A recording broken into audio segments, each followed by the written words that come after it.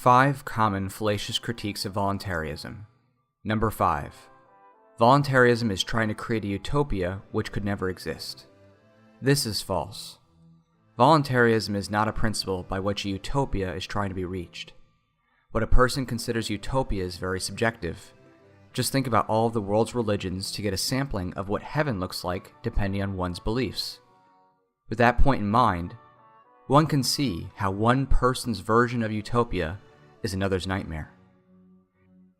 Instead of trying to create a perfect world from the top down, voluntarism is a belief set which seeks to work from the bottom up by guiding people to seek happiness without resorting to physical violence.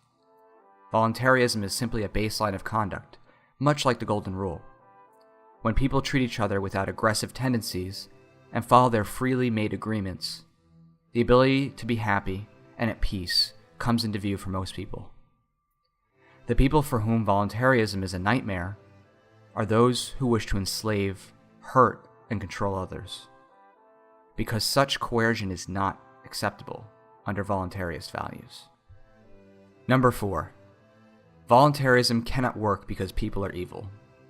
This is false. Even worse for the proponent, it brings down a house of cards with it. The idea that people can be evil and wicked is the very concept that makes government untenable. Government attracts those who would like to control and suppress others because it shrouds itself with legitimacy. It is the collected power of government which has built the war machines murdering over 100 million in the 20th century. Voluntarism stands as a counter to this collectivized evil. It anticipates wicked men and women by not allowing them to get a throne of authority from which to execute their wicked plans. It is much harder for grand-scale abuse to occur when deference for elected authority is lacking.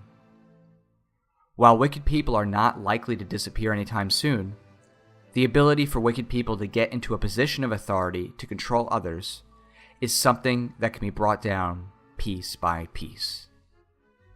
Number 3. Voluntarism permits alternative justice like courts, so it is no different than government. This is false. The existence of courts, laws, or rules are not what defines government. Government is defined by the inherent ability to force unknowing or unwilling persons to participate in its scheme and fund itself through the threat of or actual force. Private arbitration, guilds, and mediation are different means because they allow a person to voluntarily enter into an agreement. A person is not forced into a school system or selective service or tax structure simply by virtue of being born. The end result of the voluntarist model is probably something akin to Angie's List or Consumer Reports combined with a private arbitration agreement.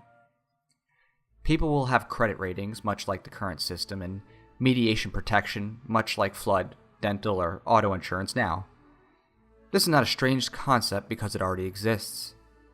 People daily enter agreements with mandatory arbitration clauses and limited liability statements. Number 2. Voluntarism would allow big business to control everything.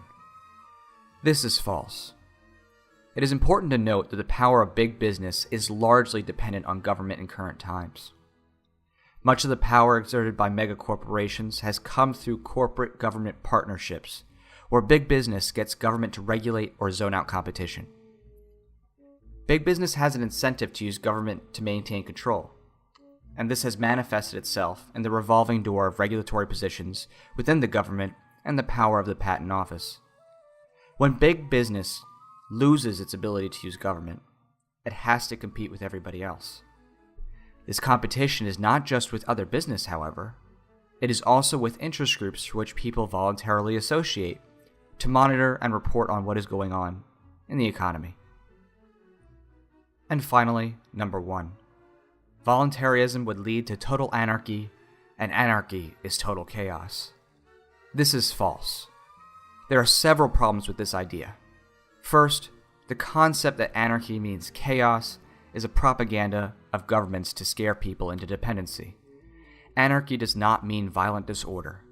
It simply means people have no mandatory, automatic rulers which use force to coerce obedience.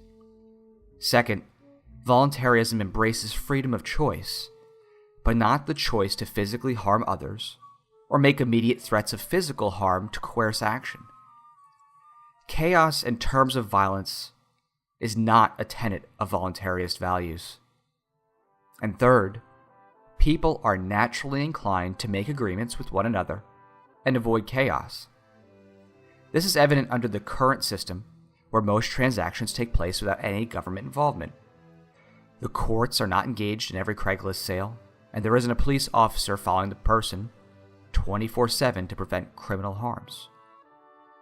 The reality is that people across the globe almost never need government to conduct their lives, and, if they required its mandatory service, the same service could have been provided by private agreement to an arbitration. The courts have no magical ability to make a person appear in court. They only have the ability to do what they do best: use physical force to take people into custody. And with that, I hope to have cleared some fallacious misconceptions on voluntarism. Thanks for listening.